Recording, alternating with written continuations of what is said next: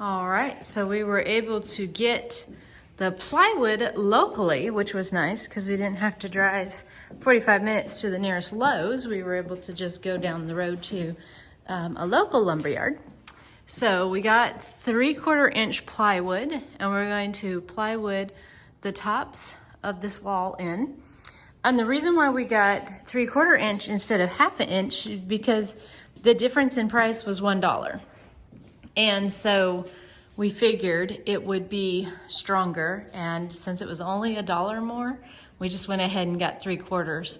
And the difference between 3/4 and 1/2 inch looks dramatically different. One looks like a piece of cardboard and the other looks like, you know, a piece of plywood. So that's what we ended up getting. So that's what we're going to do right now, is close in this wall with the plywood. So this wall besides the door will be finished.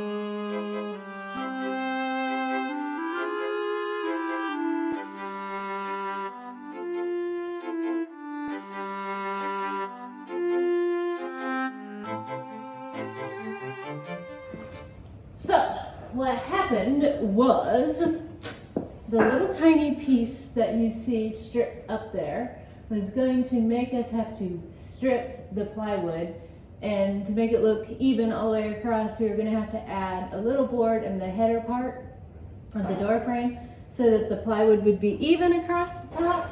So instead of doing that, we're going to take it all down. We're going to add one more kickboard, which will bump up the piece of plywood, and then both sides of the wall will have even amount of plywood on both sides.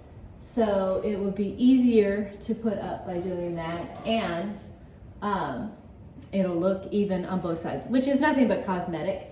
But yeah, that's what we've decided to do.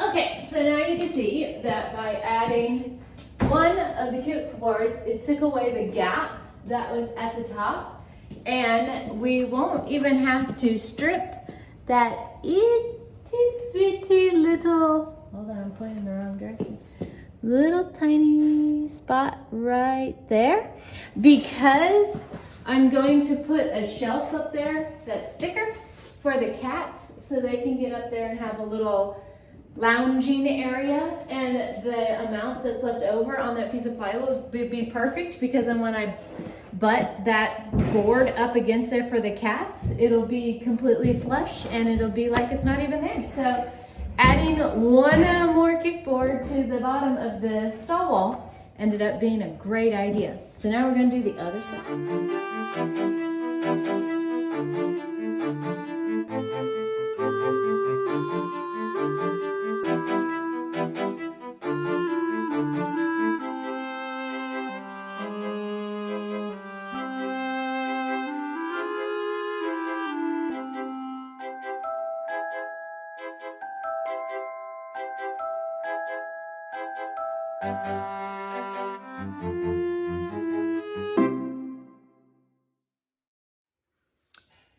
And we got it. It's all done. This wall, except for the door.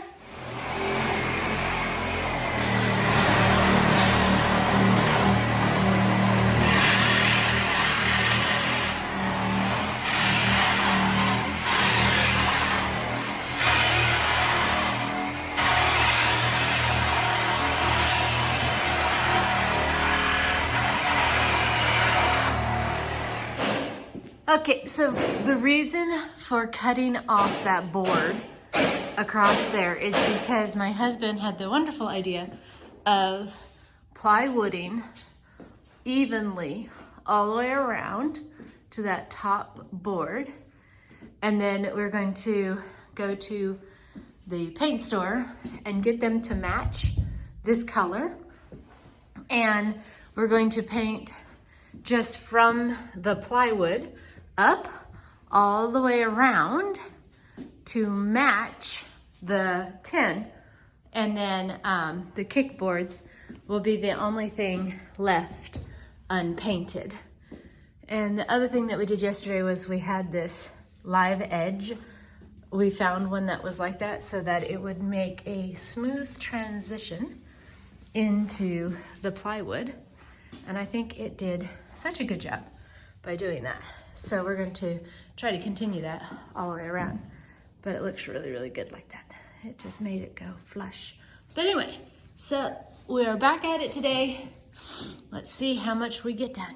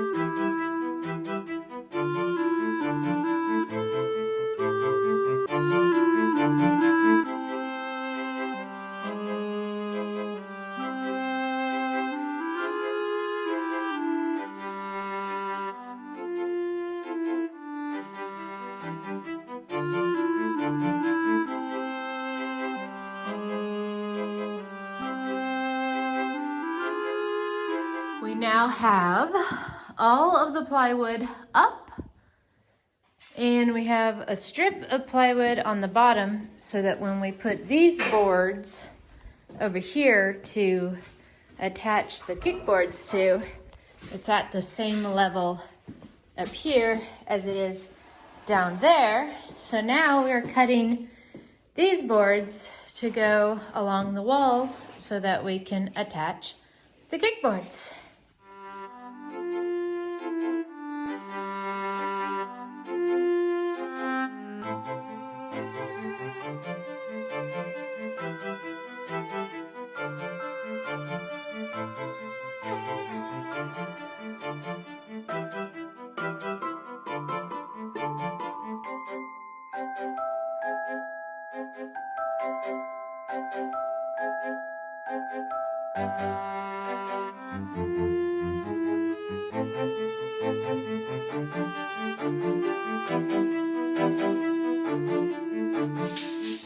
Got that all done. Now we're getting ready for our planks or kickboards. We have to measure, see how far we got to cut them. What do we got? It's like 111 and a quarter, I would say. 111 and a quarter.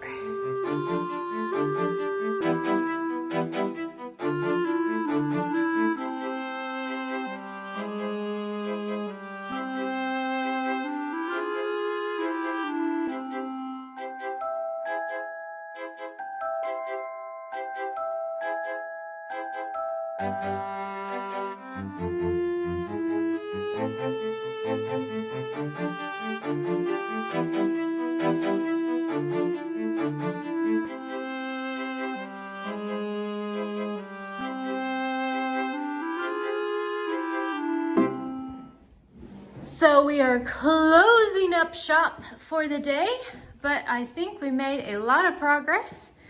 We don't have enough screws. We just have a couple of left. And so we're not gonna have enough to completely screw everything in at the moment, but what I did do is just put one so that we could put it up there. And then we're gonna do the same thing on this wall. We're just gonna put enough in to keep the board against the wall, and then I'm gonna order screws and then finish it out and make sure that it's all screwed in very nicely. But we got all the plywood up, and we're making plans for this window and how we're going to hang the horse panel.